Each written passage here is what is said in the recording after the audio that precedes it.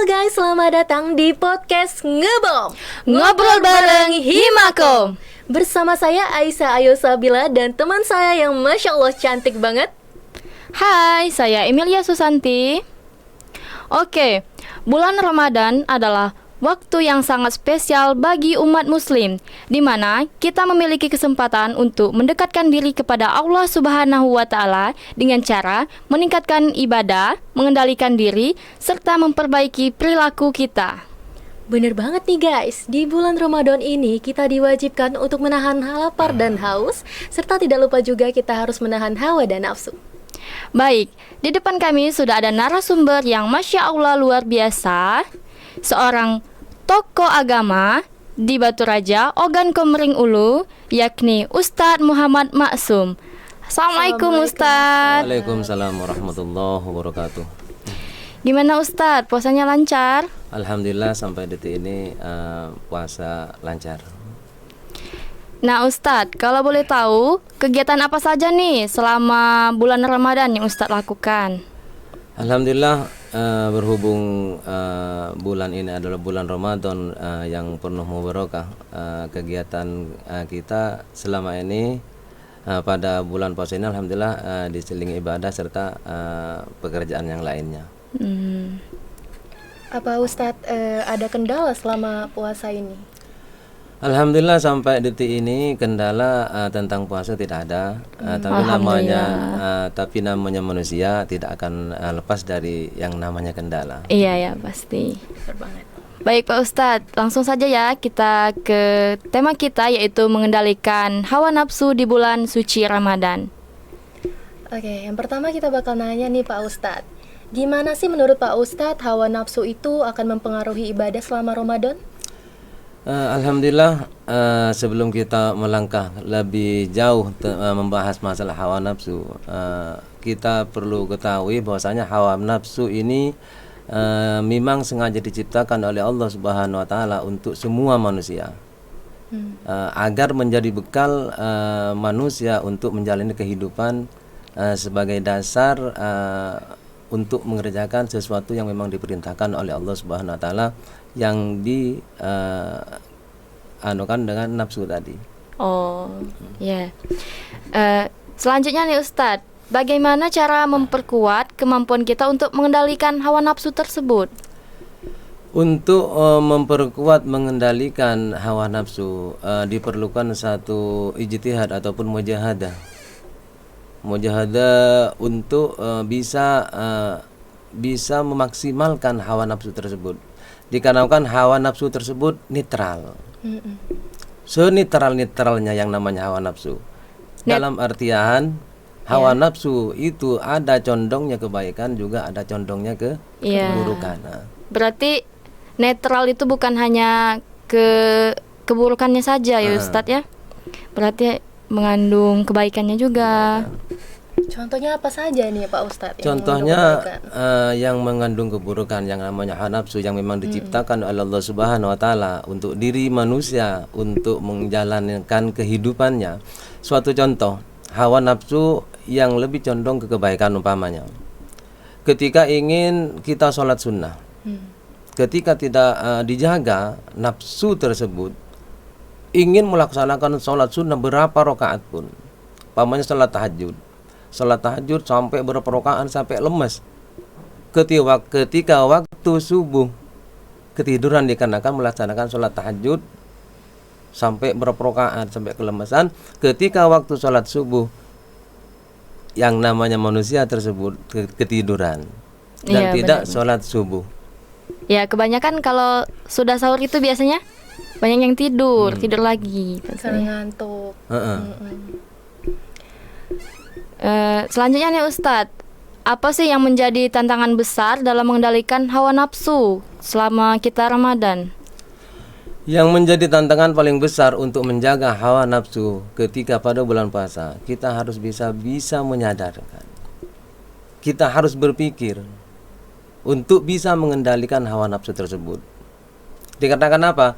Ketika hawa nafsu tersebut yang kata tadi netral, baik itu ada cenderung ke keburukan dan satunya cenderung kebaikan, ketika tidak dikontrol oleh yang namanya manusia yang diberi akal oleh Allah Subhanahu wa taala, akan salah walaupun condongnya kebaikan, apalagi condongnya ke keburukan. Makanya harus perlu mujahadah untuk bisa menahan hawa nafsu tersebut Dari diri masing-masing gitu ya, dari Ustadz ya. diri masing seorang manusia tersebut. Menurut Ustadz, bagaimana sih cara meningkatkan kesabaran serta keteguhan hati dalam menghadapi cobaan atau hawa nafsu tersebut? Allah Subhanahu wa taala berfirman, A'udzubillahi minasyaitonir rajim. Bismillahirrahmanirrahim. Wasta'inu bis-sabri was-shalah.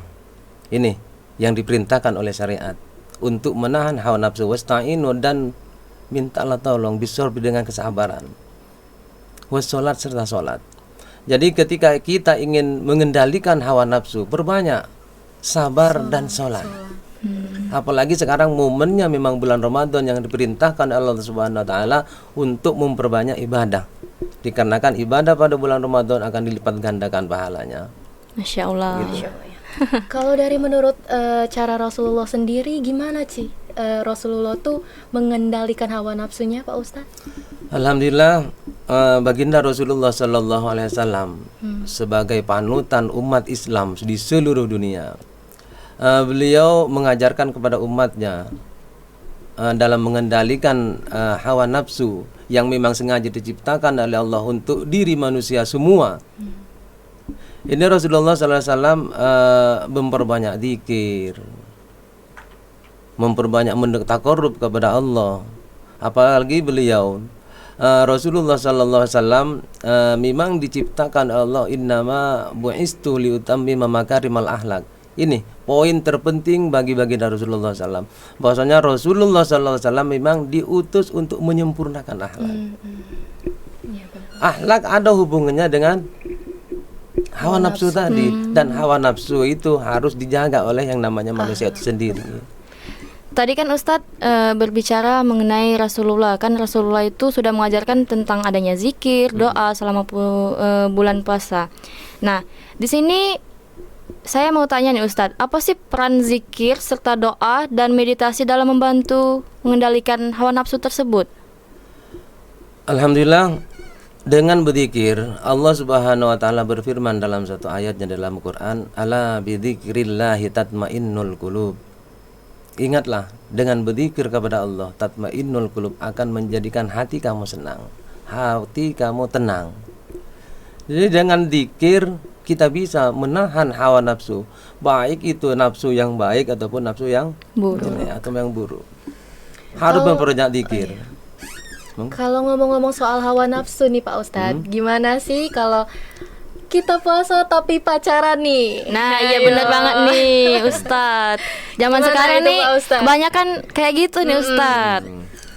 Nah, di situ peran kita sebagai manusia yang diberi akal oleh Allah Subhanahu wa taala.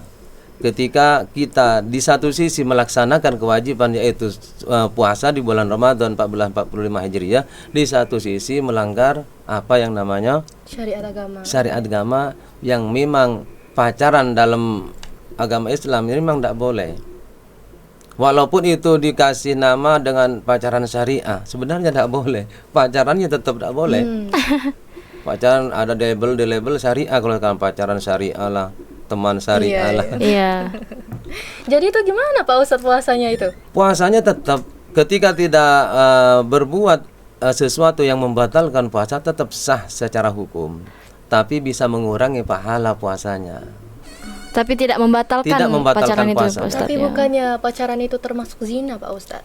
Zina dalam artian zina bin nadorih, dengan penglihatan, bukan dalam artian zina sebagai zina yang itu.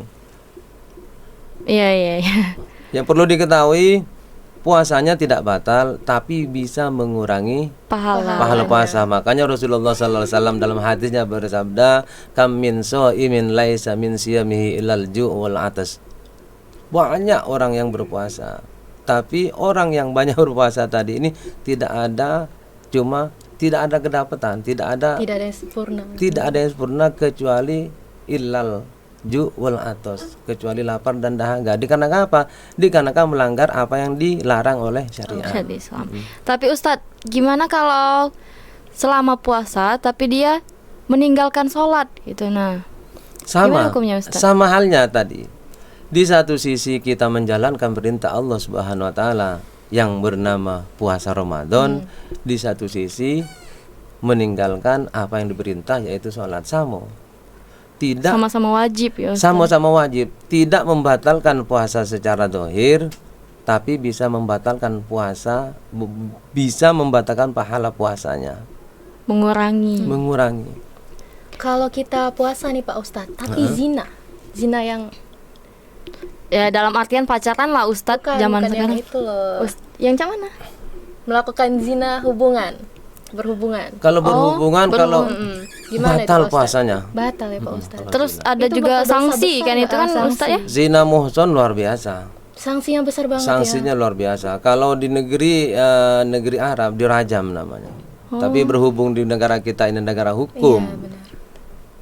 tidak ada hukum rajam, tapi dikebiri oleh masyarakat dikarenakanlah suatu luar biasa zina itu. Berarti Pak Ustadz, berhubungan itu kalau yang suami istri nih, bagi yang suami istri dia harus menjaga jarak selama bulan Ramadan apa?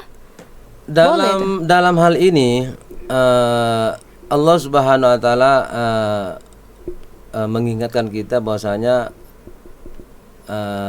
ketika kita seorang suami istri di bulan puasa, cak mana adab kita sebagai suami istri dalam puasa?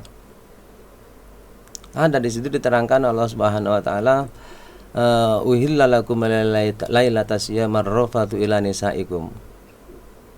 Inilah hebatnya perintah agama, perintah syariat Allah Subhanahu wa taala. Ketika zaman dulu Sayyidina Umar dulu tidak boleh. Sayyidina Umar ketika sudah maghrib langsung bininya. Turunlah ayat tadi, uhilla lakum lailatas siyamir rafasu ila nisaikum. Jadi dihalalkan bagi kamu, uhilla lakum ketika oleh kamu dihalalkan bagi kalian ya Allah rafasu nisaikum. Berkumpul, berhubungan ketika sudah malam. Oh, berarti uhilla lakum lailatas siyamir rafatu ila nisaikum. kalau sudah waktunya berbuka puasa. Sudah buka puasa boleh. Bahkan pada zaman sahabat Sayyidina Umar dan yang lainnya berbuka puasa langsung dengan itu. Iya. Menurut Ustadz nih, bagaimana sih menjaga fokus dan konsentrasi dalam ibadah di tengah godaan hawa nafsu nih Ustadz? Ini diperlukan suatu memang kegigihan dalam diri manusia tersebut untuk fokus. Dikarenakan tadi yang namanya hawa nafsu ini netral, baik itu netralnya ke condongnya ke kebaikan ataupun ke keburukan. Jadi kita harus fokus ketika hawa nafsu ingin memerintah hawa nafsu ke kebaikan, kita harus kejar. Tapi ketika hawa nafsu tersebut condongnya ke keburukan, kita harus bisa mencegahnya, mengendalikannya. Saya masih penasaran nih Ya. Pak Ustadz. Misal kita melakukan zina itu tuh, bukan maksud aku bukan zina, berhubungan itu Pak Ustadz. Itu kalau kita mau menebus dosanya gimana ya Pak Ustadz? Ya harus dirajam. Kalau secara syariat Islam harus dirajam. Hukuman rajam zina. Tapi di sini kan tidak berlaku. Jadi Di sini gimana? tidak berlaku. Tapi kakek di akhirat kakek Kalau Masih saya tetap pernah berlaku. dengar nih Ustadz, ada yang namanya puasa apa itu? Iya puasa Untuk berapa mengganti bulan itu, Pak nah. Ustadz?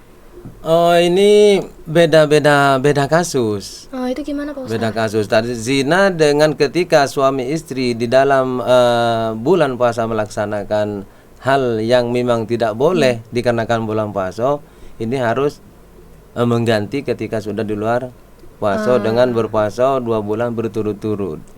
Jadi kalau buat yang suami istri itu harus mengganti puasa, dan untuk yang bukan suami istri dia harus dirajam ya Pak Dirajam, Ustadz. Oke. Dengan catatan tadi melaksanakannya hal tersebut suami istri itu di siang hari. Kalau di malam silakan. Uhilla lakum lailatas siyamar rafasu ila nisaikum kata Allah. Sesuai waktunya. Nah, ada lagi nih Ustadz, bagaimana hukumnya ketika seorang laki-laki mengalami mimpi basah ketika waktu sudah imsak nih Ustadz. Laki-laki tersebut belum mandi wajib, tapi sudah waktunya. Gimana tuh Ustadz waktunya? Apakah sah puasanya atau tidak? Atau mereka boleh melanjutkannya itu Ustadz? Hukum seorang laki-laki yang berihtilam mimpi basah Iya, pas waktu sudah imsak. Waktu imsak. Iya. Sebenarnya waktu imsak cuma ada di Indonesia sebenarnya. Jangankan di waktu imsak,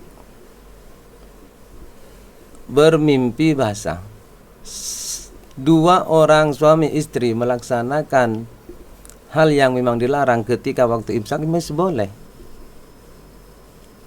Dikarenakan waktu tidak bolehnya larangan kita ini sampai adzan, baru kita tidak boleh melaksanakan apa yang dilarang dalam berpuasa. Tapi Ustadz, semisal nih Ya. itu kan banyak tidur lagi kan, sudah sahur tuh. Nah, sudah azan itu Ustadz, mengalami mimpi basah, gimana tuh Ustadz? Mimpi basah tidak membatalkan puasa. Oh, Ini tapi hadisnya ada an Aisyah radhiyallahu anha, kunna nashhadu, kami menyaksikan angkana liyusbiha junuban min ghairi tilamin summa yaghtasilu summa yasumu. Ini yang dijadikan referensi bahwasanya ketika orang itu mimpi basah walaupun itu pas di imsak waktunya, teruskan berpuasa, tapi dengan summa yaghtasilu, harus mandi junub wajib, dulu. mandi wajib. Ya. Summa yasumu, teruskan berpuasa, tidak membatalkan puasa ketika itu cuma mimpi basah. Walaupun itu waktunya pas imsak. Walaupun itu adzan, tidak jadi masalah. Iya, kebanyakan sih zaman sekarang nih kan, kalau sudah mimpi basah dia nggak puasa lagi nih Ustadz, karena belum tahu itu kan. Harus berpuasa, tapi dengan syarat harus mandi wajib, mandi junub tadi. Dikarenakan ini Rasulullah kunna nasatu, kami menyaksikan, kata Sayyidatuna Aisyah dan Ummu Salamah, bahwasanya kami menyaksikan Rasulullah sallallahu alaihi wasallam liyusbiha, masuk waktu subuh padahal junuban, dalam keadaan junub. Baginda Rasulullah sallallahu alaihi wasallam tidak mimpi basah, Rasul bersenggama dengan istrinya. Iya. Masuk waktu subuh. Apa yang dikerjakan oleh baginda Rasul? Summa yaghtasilu. Rasul langsung mandi junub, summa yasumu, meneruskan puasanya. Berarti sama aja nih buat cewek-cewek yang misal haid ya Pak Ustadz, mau berpuasa udah sahur tapi mandinya di pagi hari, itu gimana Pak Ustadz? Sama Nggak jadi aja? masalah, nggak jadi masalah. Yang penting mandi dulu, yang Ustadz, penting sudah bersih. Iya. Puasanya kakek setelah mandi junub teruskan berpuasanya. Selanjutnya nih Ustadz, apakah ada saran atau amalan khusus yang dapat membantu seseorang untuk mengendalikan hawa nafsu tersebut? Amalan yang khusus dari baginda Rasulullah SAW, yang amalan khusus tidak ada sebenarnya, tapi dengan memperbanyak zikir kepada Allah. Dikarenakan tadi hawa nafsu itu netral sebenarnya. Hawa nafsu ada yang menyuruh ke kebaikan dan ada yang menyuruh keburukan. Ini tergantung kita menyikapinya. Ketika hawa nafsu itu menuju ke arah yang baik, silakan, tapi jangan sampai kebablasan. Walaupun hawa nafsu dalam hal kebaikan, ketika kebablasan jelek juga akhirnya. Seperti contoh tadi. Iya. Aku penasaran nih Pak Ustadz, gimana sih buat orang yang misal nih kemarin-kemarinnya tuh masih ada utang puasa, tapi nggak dibayar nih Pak Ustadz, gimana tuh? Ya harus dibayar, namanya kewajiban. Berarti numpuk itu Ustadz ya? Harus dikodok. Katanya tuh ada sanksinya gitu Pak Ustadz. Sanksinya ini ada tabel tentang ketika orang yang tidak berpuasa. Ketika ada seorang laki-laki yang tidak kuat berpuasa, yang dikarenakan umurnya sepuh, dia boleh tidak berpuasa, tapi dengan syarat harus bayar fidyah. Seorang perempuan juga seperti itu, yang sedang menyusui boleh, tapi harus mengerti syarat untuk bisa harus membayar mengganti fidyahnya itu. Harus membayar fidyah seberapa aja Pak Ustadz? Fidyah 1 mud, 1 hari. Oh. sama kayak kodo. Sama.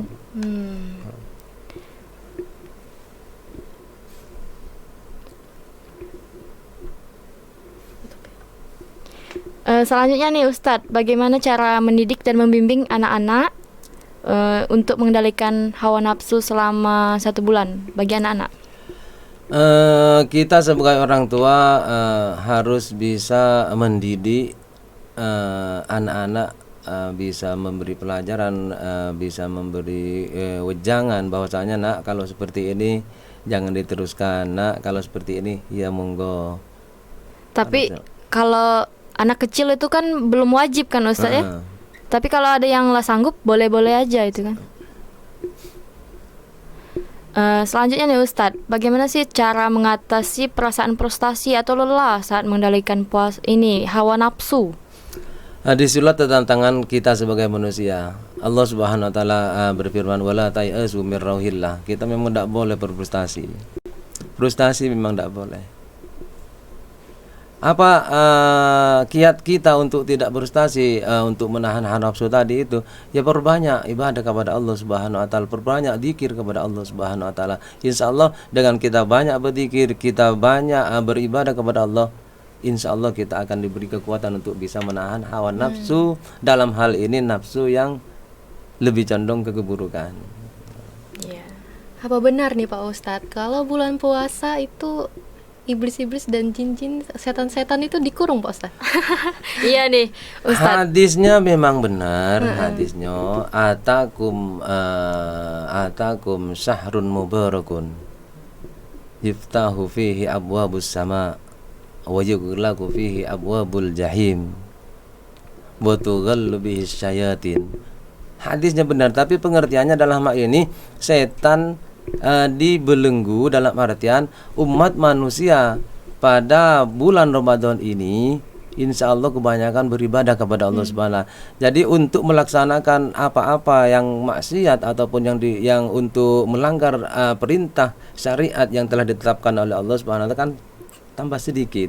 Makanya dalam artiannya waktu gelaku bihi syayatin, setan dibelenggu dalam artian manusia pada bulan puasa tersebut sedikit kemungkinan untuk berbuat hal-hal yang dilarang oleh syariat. Makanya dalam hadisnya waktu gelak bihi syayatin. Tapi masih banyak tuh Ustadz yang susah mengendalikan hawa nafsu, padahal setannya sudah dibelenggu. Setannya dibelenggu dalam artian tadi, dalam artian bahwasanya manusia ketika bulan puasa ini sedikit pulangnya untuk berbuat apa yang dilarang oleh agama. Makanya di dalam hadisnya seperti itu. Bukan dalam artian setannya dibelenggu. Dalam artian manusia di dalam bulan puasa tersebut minim untuk berbuat hal-hal yang memang dilarang oleh syariat. Selanjutnya nih Ustadz, apa sih maksudnya lebih baik nikah muda daripada hangus karena hawa nafsu? Apa itu sih Ustadz maksudnya itu? Sebenarnya itu representasi dari perintah dari Rasulullah Sallallahu Alaihi Wasallam. Memang Rasulullah Sallallahu Alaihi Wasallam memerintahkan kepada anak muda harus cepat nikah ketika memang sudah nggak tahan lagi apa. Ketika sudah persyaratan tercukupi. Iya benar itu. Makanya Rasulullah SAW dalam sebuah hadisnya yang berbunyi ya ma'syarus sabab man istata'a minkumul ba'ata falyatazawwaj, kata Rasul. Wahai para pemuda ataupun pemudi, man istata'a, barang siapa yang sudah mampu dalam hal ini nafkah lahir dan nafkah batin, falyatazawwaj, maka cepatlah, kata Rasul, untuk menikah. Supaya mengendalikan hawa nafsu tersebut. Fa innahu lahu wija, kata Nabi, sebagai obat. Fa illam yastati fa alaihi bisawm, kata Nabi. Ketika tidak mampu dalam hal ini untuk menafkahi secara lahir atau batin, apa solusinya dari Nabi? As-saum, harus puasa. Iya, benar. Kata Rasulullah sallallahu alaihi wasallam. Tapi ada nih Pak Ustadz, orang yang nggak mau nikah sama sekali, itu gimana Pak Ustadz?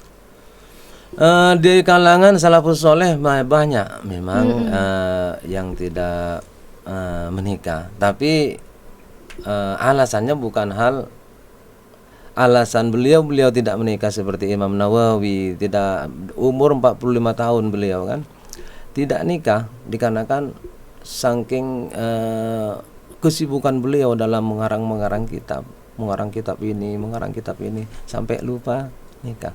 Tapi kalau manusia seperti zaman sekarang, zaman Nuh, tapi itu perlu dipertanyakan mengapa dia tidak mau menikah. Perlu dipertanyakan itu ya. Perlu dipertanyakan. Nah, ini ada lagi nih Ustadz. Bagaimana sih cara menjaga kesucian pikiran dan hati agar tetap berfokus pada aspek spiritual di saat Ramadan? Mana tuh Ustadz? Kita positive thinking dalam berpuasa. Mana yang telah diperintahkan oleh Allah kita jalankan, mana yang dilarang oleh Allah Subhanahu wa taala kita jauhi. Insya Allah bisa mengendalikan hawa nafsu.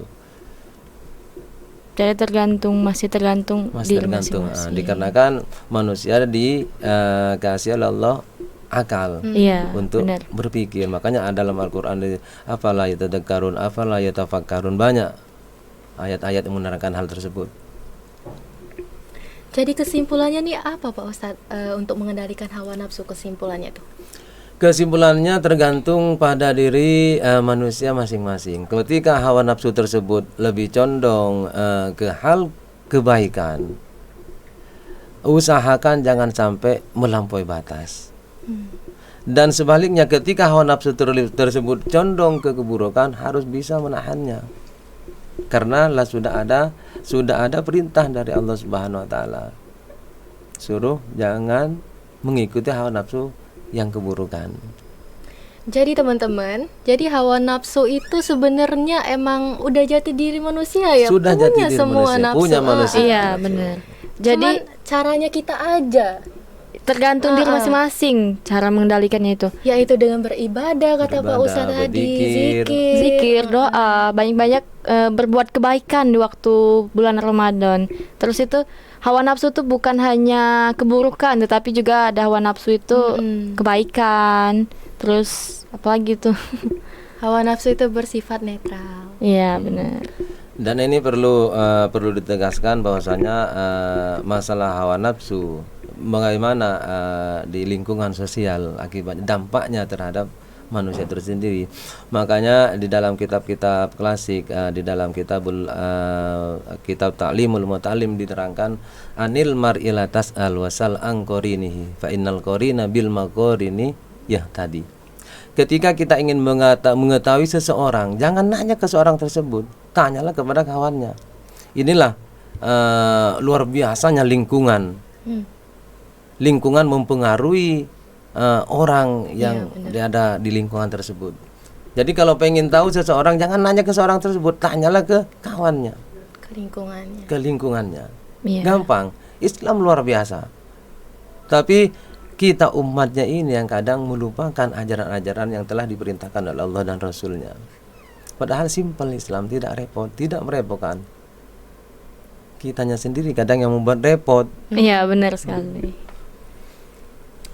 Oke, jadi semuanya pandai-pandai di kita saja untuk menahan hawa nafsu, bisa beribadah, berzikir, dan sholat sunnah juga kalau bisa dilaksanakan. Iya benar.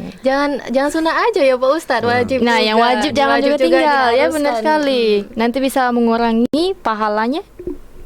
Nah, buat teman-teman yang pacaran nih. Semoga setelah menonton podcast ini bisa langsung mutusin pacarnya ya. Enggak juga, karena tidak membatalkan. Terus untuk yang mimpi basah tadi, tenang aja.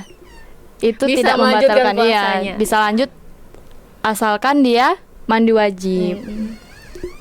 Baik Pak Ustadz, terima kasih untuk kesempatannya udah datang ke sini, terus ngasih materi, wawasan untuk kami yang insya Allah bakal menjadi hal yang baik untuk penonton-penonton yang menonton.